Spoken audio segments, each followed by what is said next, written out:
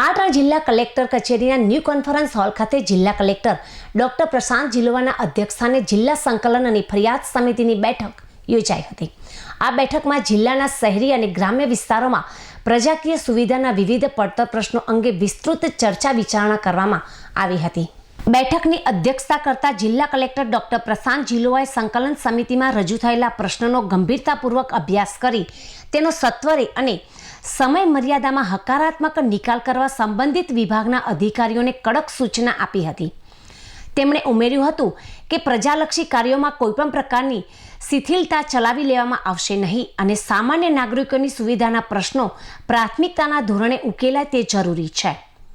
આ બેઠકમાં ઉપસ્થિત રાધનપુરના ધારાસભ્ય લવિંગજી ઠાકોર તેમજ ચાણસ્માના ધારાસભ્ય દિનેશભાઈ ઠાકોર તથા પાટણના ધારાસભ્ય કિરીટ પટેલે પોતપોતાના મત વિસ્તારના ગ્રામ્ય અને શહેરી વિસ્તારોના રસ્તા, પાણી, વીજળી અને અન્ય માળખાકીય સુવિધાઓને લગતા લોક પ્રશ્નો રજૂ કર્યા હતા। જિલ્લા વિકાસ અધિકારી CL પટેલે લોકપ્રતિનિધિઓ દ્વારા રજૂ કરાયેલા તમામ પ્રશ્નોને ધ્યાનપૂર્વક સાંભળી સંબંધિત વિભાગના અધિકારીઓને આ બાબતે ઝડપી અને સકારાત્મક પગલાં ભરવા તાકીદ પણ કરી હતી। આ બેઠકમાં જિલ્લા પંચાયત પ્રમુખ ભાવિક પટેલ, જિલ્લા પોલીસ અધિક્ષક VK નાઈક તેમજ નિવાસી અધિક કલેક્ટર ડોક્ટર મેહુલ બરાસરા સહિત જિલ્લાના વિવિધ સરકારી વિભાગોના ઉચ્ચ અધિકારીઓ ઉપસ્થિત રહ્યા હતા।